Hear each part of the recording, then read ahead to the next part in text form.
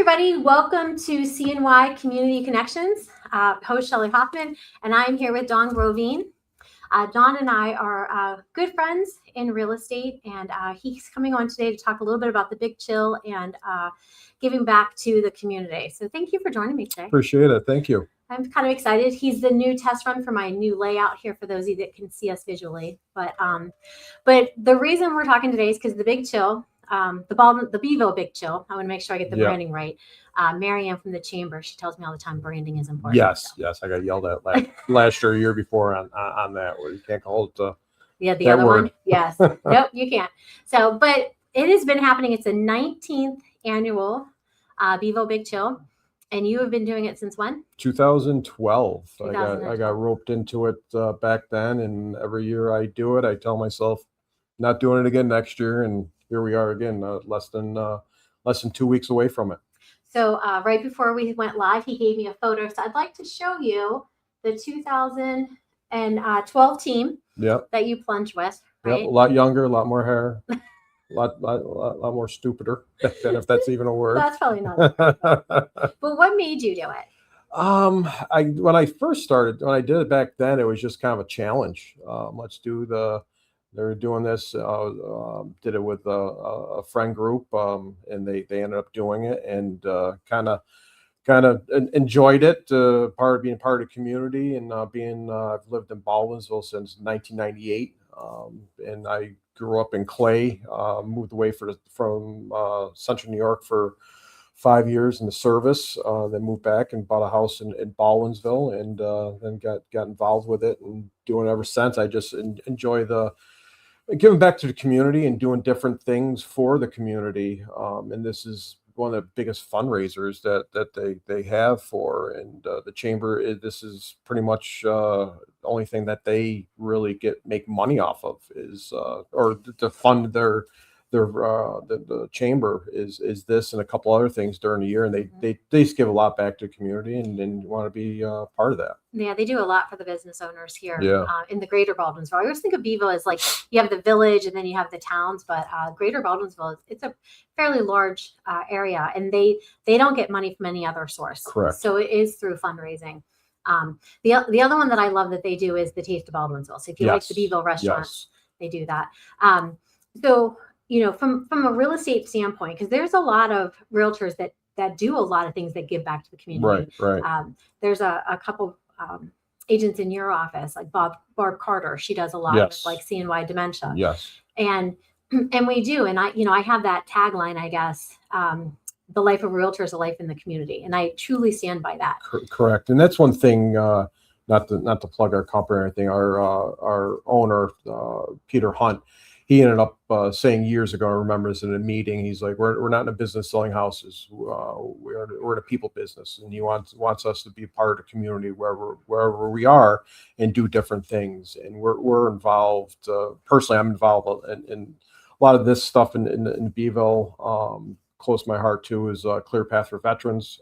That's something we volunteer quite a bit for. This morning, just at our meeting, we had the Red Cross in there, and we're going to be doing a blood drive at our office this coming there. I think they're 4 or 5 months out from being able to schedule in the thing, but it's just giving back to community. That's here to support them and build this bigger and better and help people.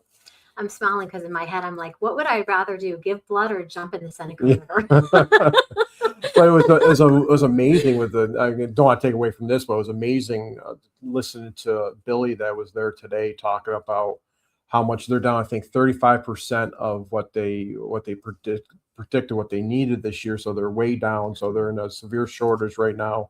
And in the technology, I used to give blood back years ago, and I haven't done it in a while, which I'm going to start doing it again.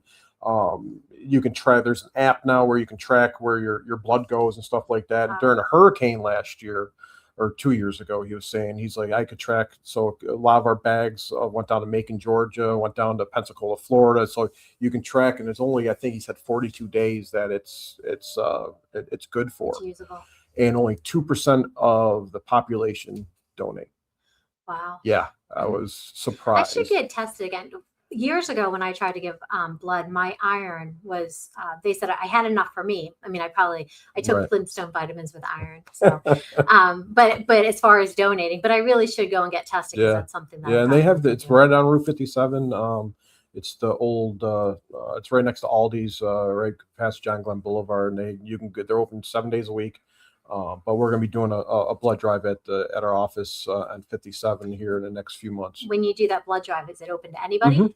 Yep, yep, yep. So so it's a good thing, and didn't realize a lot of our agents and professionals they've needed blood before they were telling their stories and stuff. So you don't know who it's going to affect between cancer patients, between car accidents, between whatever that is, where you can just and it's no money out of your pocket. Just it's I would say hour or so of your time, and it's a good another good thing to do too.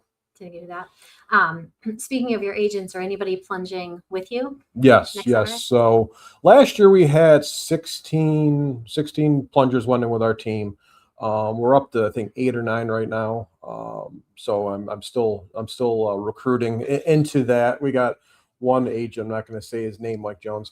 That he enjoyed No doing it, pressure, but Mike. he got dirty. He was worried about I was like, that's at least my concern was the muddy water that. Because last year, that actually reminds me. I think the first year I did it, we had a lot of snow. It was cold, and I remember them breaking the ice. Oh, and last And year then too. last year, and before Yep. that, and it's always been just like a dusting, or it was just more muddy. I'd rather have it break the ice than because the mud, and you do Mhm. get dirty, possibly slipping down the thing, and that's the last thing I want to happen Well, before I go in. as a volunteer for the event, I haven't plunged in a few years. I thought about it this year, but I can't bring myself We to. got room. I know. Always got room at the end. But a couple years ago, it was a muddy mess, and Yeah. then it tears up the grass, and and believe it or not, that adds to the cost of the event because the village is great, but But you got to fix your stuff. you got to fix your stuff. Yeah, when you rent I like how they're doing it this year. They're changing it up a little bit with the food tent and all that, where they're kind of is what happens is I feel bad. I always try to be one of the first 2 plungers in for teams, just because of the fact I want to get the pain done and over with, and then we usually go to local restaurants and bars in the village. And I feel bad for the people at the end because everybody's kind of done at that point. And usually the volunteers are the last, if they have a team, they're the last one goes and nobody's there cheering them on. Yeah. And But I plus look at it as if when I did plunge and we were last, that if I fell or did something dumb, there was no one there to really watch it. Watch it so happen. that's a good That plus was my too. spin on it, you know. Well, and then so this year they're doing a lot, quite a few things differently. For one is, the tent's opening up at 11:30. Yes. Plunging starts at noon, so it gives the plungers who plunge and then want to go home and dry off a chance to get in the tent. But they're also after the Beeville Big Chill, they're doing the warm up party at WT. Because sometimes when you leave the Big Chill and then they have the poker run, there's downtime. Right. So they have that they're calling it the warm up, and then the poker. Do you guys come back out for the poker run, or usually we usually go to Smokehouse afterwards, and we usually stay there for a couple hours. And then last year, Mohegan Manor had a martini. Oh, that's right. Thing going on, so quite a few of us went over there and had some martinis at Mohegan Manor, which was nice. But it's a long day, long cold day, and I remember the first year I did it. They've come a long ways with keeping the warming tents. Yes. The first year I did it was like a little potbelly stove and like a 10 by 12 tent. There was a men's tent and a women's tent, and people were just kind of hanging out there warming up. But then you got teams coming in. It was a little bit of disaster. But now it's toasty, very, very toasty in there. Yeah, they do a nice job, and with they turn the propane tanks on early in the morning, so by the time people come, it's a little bit warmer. We're waiting to see if there's going to be ice on the court, because the volunteers actually will have to get there early and break up the ice on the basketball court. So there's a lot of prep work that goes into it too that people don't think about. But I love it. It's one of my favorite. Something with hot tubs this year? So Crystal Clear is one of the sponsors of the Beeville Big Chill, and they're doing with the polar opposite, or the flip plunge. I apologize. I should know the name of that. Yeah. But it's had a couple different theories. But yeah, they haven't worked out all the details yet, but there'll be something at the Beeville Big Chill from them, either, depending on the weight, the hot tubs. I don't want to talk too much about it. So you have to come out on the 31st to see what they're doing. But they are letting people go and do like opposite. So instead of jumping into the hot Seneca, they have warm options. You can go and I might be able to recruit some people for that. I can find a lot more people. So this is the test year, and then more details. Once they figure out more details next year, they'll promote it a little bit more. Yeah, I could see myself if there's like a sauna option or something. Maybe I would do that. So. So who are you plunging for? Because I put in the description that the Plunge teams pick a charity, and the top 3 charities, they get the donation. Yeah. So we picked Galsano Children's Hospital. We did that last year. We took first place last year for the Plunge night. What's it, 2,000 or 2,500? I can't remember. Now you're putting me on the spot. Right. It's either 2,000 and 2,500. Went to Galsano Children's Hospital. We're repeating that again this year. It seemed to get a lot more people involved in trying to get them to donate. So I kind of pitch it as, you don't want to donate to the children? No guilt. No guilt at all. Well, and honestly, it's a great organization, but when you picked it last year, us. It was tied into the GSAR, which is the Greater Syracuse Association of Realtors, that we were doing a big fundraiser for the new wing that they were looking to fundraise for, and we ended up needing over a 2-year time frame. We needed to raise 50,000. We already did the 50,000 or 25,000, and this went towards the $25,000 for the Galsano Children's Hospital. And then we donated. Then we had a big presentation and stuff with it. And the Galsano Children's House just does so much for people, and it just and that's the worst thing for you. I mean, most of the time, kids with cancer and stuff like that, they don't know how bad it really is. I mean, us as parents, we have that more of a what could happen. These kids are just thinking, I'm just sick. Right. I'm just what's happening today. They don't know the possible outcome coming down the road, and just the support and stuff that they have there. We had a great tour there last year. It's if you get a chance to go there, they've done a lot. The Galsano family donated a lot to Syracuse, Rochester, Buffalo, all the way across. We're lucky to have them. Yes. What other organizations in the past did you plunge for? We did. So our regional vice president, Dave Evans' father-in-law, passed away from. Oh my goodness, it's gonna kill me. I don't want to say Alzheimer's, but so something on that sort. So we kind of dedicated it to that. In the years before that, I can't remember what it was, but it was something.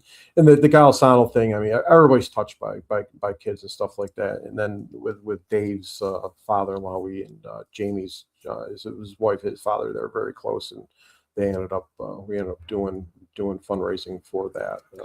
I talked to Sheila Holmstrom quite a bit, and hers is Living with Dementia CNY. And she had said, and I've said this so many times now, that almost everybody has been touched in some way by dementia, no matter what type it is. So I have noticed a lot of nonprofits popping up lately. So, with education and helping the caregivers and things like that. I'll be curious if any of the teams, they're picking their charities now. Yeah, and that's going to be that's a tough disease too. Where I mean, it's really having the patient they don't really know what's good. It's affecting the family more than anything. I've been. I mean, like Shelley just said that we were all touched by something with that, or knew somebody with that, and you just see them die. So I mean, there's just so many needs out there. So it's like, who do you pick? Oh yeah. I mean, it's just I would like to pick them all. I mean, it's something on there. Now, well, and going back to if you walk into a real estate brokerage, it might not be every single person in that brokerage, but I guarantee if you walk in, there's someone who's on a board of a nonprofit. There's someone that's doing something to give back, or they're part of. And we were talking amongst our realtor community about how do you showcase that? Right. You know, Right. I mean, there's a negative opinion sometimes as realtors, and what people don't see is how much we actually do to give back to yeah. the And community. it's not even just being part of, just, I mean, it doesn't even matter if you're even part of real estate, just give back to community. I mean, it just, this is where we live. And I mean, that's what the Hunt slogan's been for years, always there for you. And we need to be there for each other and in our families and friends and stuff like that. And just the little things, and whether it's your church community, or if it's helping hounds, that's another one that we do a lot of stuff with. So it's just and my oldest daughter just graduated college last year, and she's in Long Island, and I'm trying to get her company and her to kind of promote and kind of get involved in the community and do different things, not just go to work 9 to 5 or wherever that is, and just get involved and do different things. And the GSAR is doing something new this year with the tiny homes. Yeah, I'm excited for that. Yeah. Actually, it's funny, once you hear about an organization, you kind of hear about it again and again and again. Right. And I approached the Baldwinsville Rotary Club with some information. Oh, did you? About Okay. just again, it seems like, it's a good cause that's helping people.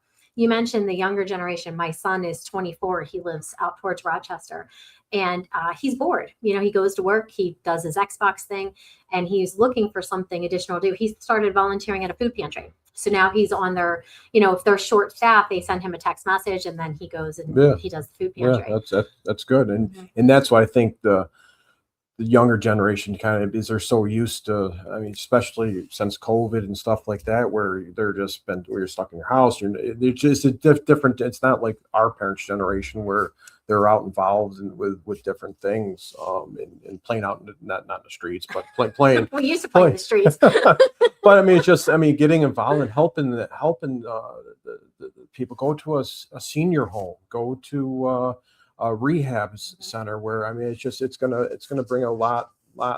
It's good for the soul.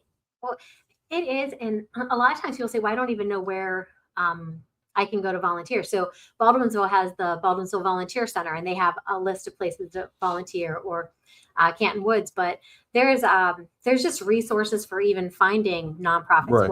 what you're interested in, and sometimes it's your money. Like, people say make a donation. A lot of times they need people. They need someone to come and actually volunteer and spend their time. Boots on the something. ground, and help. And that's another thing I got from this morning with the Red Cross, when they're in office. They had 90% of them are volunteers. Really? 90% are volunteers. People just giving their time, and it's just, I mean, just those little things. They've been around since, I think he was saying 1940s, 1950s. So, and I mean, just 5 hours a week, whether it's a food pantry, whether it's whatever it is, just get out there and be involved, and it's something good to give back to whatever community you're in. Liverpool, Baldwinsville, Cicero, Clay, wherever it is. There's always something out there. Just reach out to your local chamber. Another big thing I get from the volunteers, the connections that you make and the people that you come across. You wouldn't even know, half the things that are out there unless you stop and talk to somebody, or you volunteer. And then from this organization, you learn about this one, or from this person, or attending a chamber lunch. So if you're not in Baldwinsville, if you're in Liverpool, there's a lot of really good chamber of commerces out there. And we have a gentleman who's a member who is retired, and he just wants to stay in the know of what's happening. From Oswego? Yeah. So, and then there's multi-chamber events. So I agree. I think the chamber is a great place to learn about. Yes, to start, and then seeing, there's just, and there's social medias out there so much. There's so much negative out there, but there's so much positive out there too, and we're just focusing on the wrong thing. I just think if you just give back a little bit and stuff like that, and do different things, and get out of your comfort zone. Get comfortable being uncomfortable. Yeah, like when you jump in the river on the 31st. I'll be uncomfortable again. And every year I keep saying, no, I'm not doing it next year.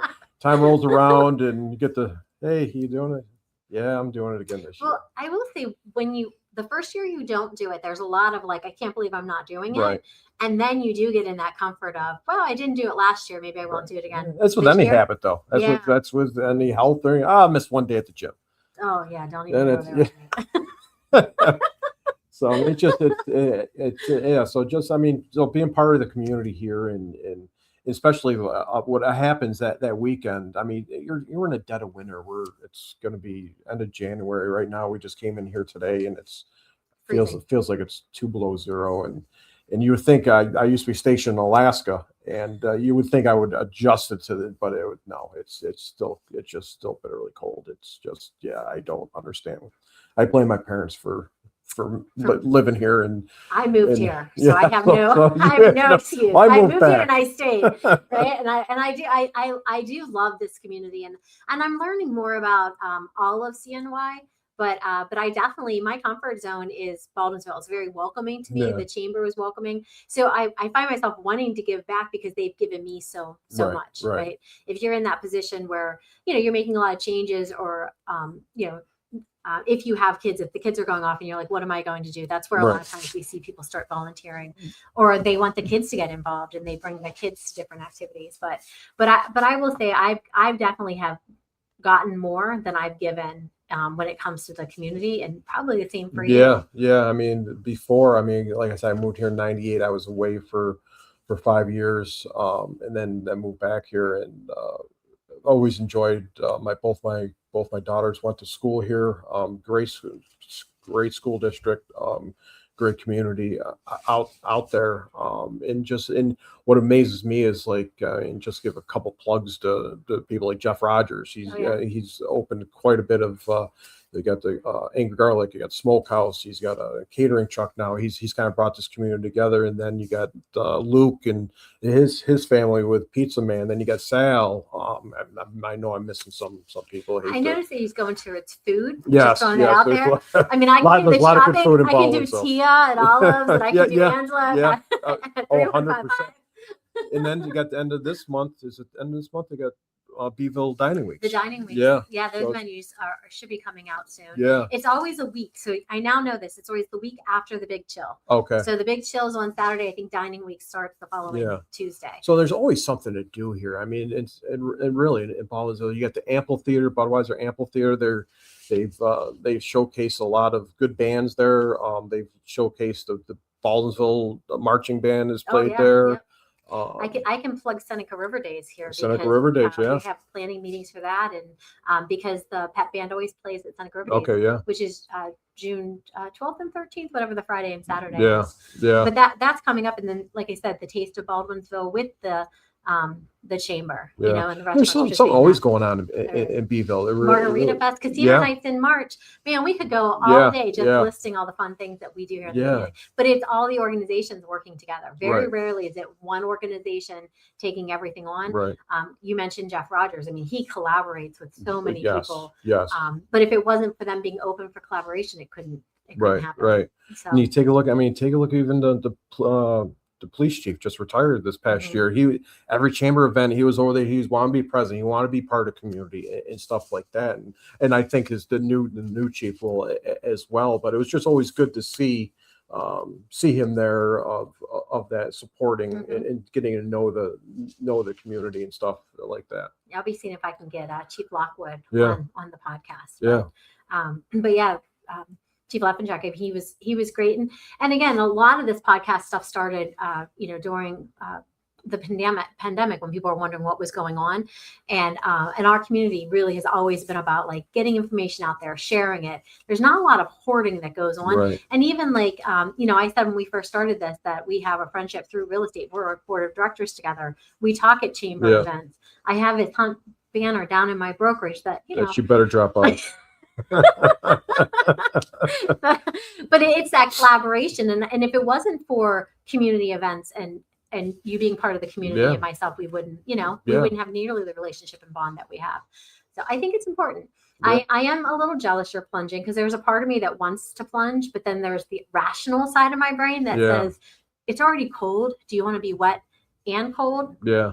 And I figure it's a snippet of your life that takes about 2-3 minutes on there. And actually our CEO of our board, our realtor board, they moved up here from Texas last year, and her husband Lane jumped in with us. Never lived up in the Northeast, and they're gung ho and doing it again this year. And it's just, and I mean that take a look at her, where she just implanted herself into the whole Central New York community.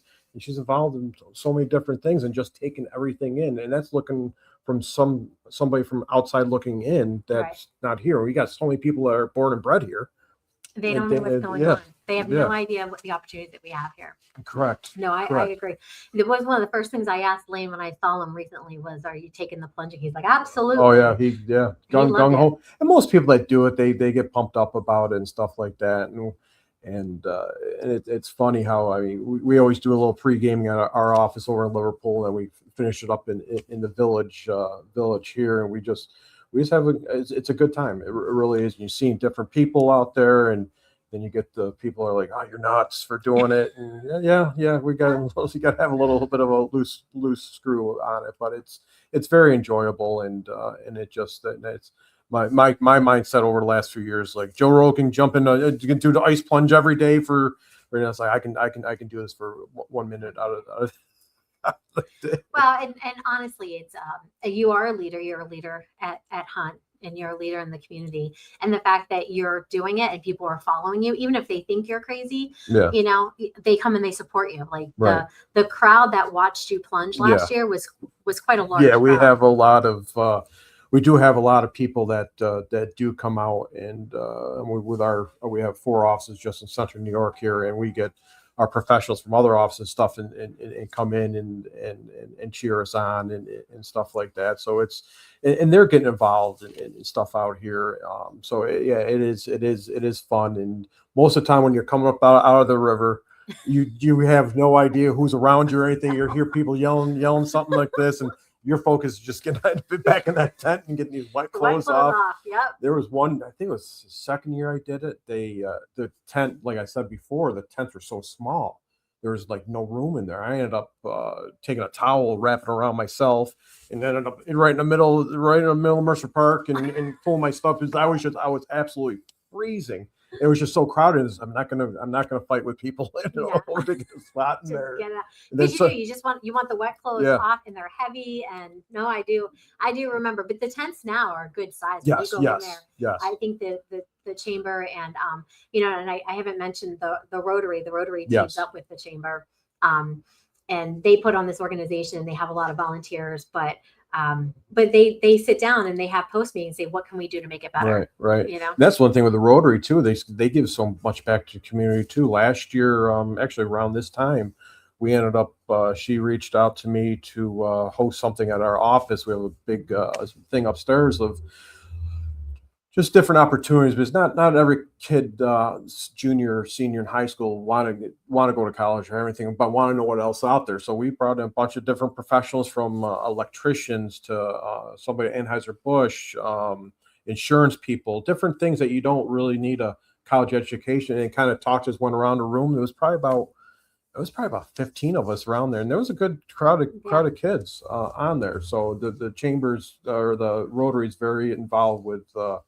that, and just reaching out. I would have never known that unless I was part of the chamber, and she reached out to me, and we opened up our space. Yeah, and that was a really good turnout for the Rotary too. Just, right. You know, because part of the idea is making kids aware of what opportunities there are, like you said, businesses, but then also letting them know about other organizations. Right. You know, and that giving back. The Rotary has a high school club called Interact, and you know, there's Key Club, so they have service organizations in high school, and then you know, kids can choose to do them when they get to college as well. But what we find is a lot of times the kids that are very involved in high school drop off in college. So the idea now is in their 20s, you know, maybe start bringing them back to it. That's a good idea. How do we do that? But that's a lot of that outreach is to remind them of it. So, well, if you had any advice for anybody to be part of the Beeville Big Chill on Saturday, the 31st, which is right around the corner. Yes. Would you recommend they join a team? Yes, we're looking for just need to raise everybody that's wants to join the team. You got to raise at least a minimum of $100 on it. Do it individually. Hook up with a team. Get on Shelley's team that she's going to create? Because she's going to get flooded. She's going to go viral with this. Oh yes. I'll cheer you from this side. I might. Taylor wants to jump. My daughter does want to jump. More than welcome. So More welcome. she will not jump with a particular team though, and it's not because she doesn't like the gentleman. I told you what Taylor's issue is with your company, Hunt. She was making a social media post for us at Easter, and she loved the social media post. It said, "We'll help you hunt for your next home." See. And I said to Tay, I said, well, the fact that you're using their colors and basically their font is your social media is for Don and his company at Hunt. And she said they should not own a whole holiday. Yeah, you can fix that. We can you can fit the Hunt name into a lot of different things, and then they've done it. We're doing a contest here this month, and it was something to do with Olympics or something, and it was something about with Hunt was related to it. It's like, well, you can just fit that all in there. Man, it's subconsciously she's maybe leaning that way. I'll let you know, but it is funny. So I told her you were coming today. She goes, oh, but she says it jokingly. She says like you, but and then so I will put the link if anybody wants to donate to your team. But if you want to join Don's team or WT Brew, they're always looking for people for their team as well. I do believe they're plunging first. So if you are a support of WT Brews, because they had a long-time plunge member pass away. So we're doing like a little bit of a, a token to him, but they're first. And then after that, I'm hoping I got to talk to Mary Ann here. Hopefully we can slide in since I think we should change a rule with it. The first, second place, third team is going to pick what their spots are from the previous year. Yeah, well, like I said, they're always looking to, and it's a way to make sure the first, second, or third team comes back to you, like give them that little incentive. Right. So, but I am happy. I mean, all joking aside, I'm so excited every time the numbers start to grow for the people that want to plunge and are willing to plunge. And then, like I said, the plunge teams bring a lot of people to the event. So even, if you just want to come out support and support the community out there. I mean, all the restaurants that they got their poker run going on afterwards, and even in between, you can go down and there's so many great restaurants in there. And there's scuba divers in the water. Yeah. That are sitting there in case anything, knock on wood, that there's nothing's ever happened on there. And they volunteer their time too. Yes. There's a lot of volunteers that go into this for safety and whatnot. But it really is, without the plungers, people willing to actually plunge in the Seneca River, the event couldn't happen. Right, so right. Thank you for that. Yeah, it'd be kind of weird just to sit there staring out there. It would. Open water.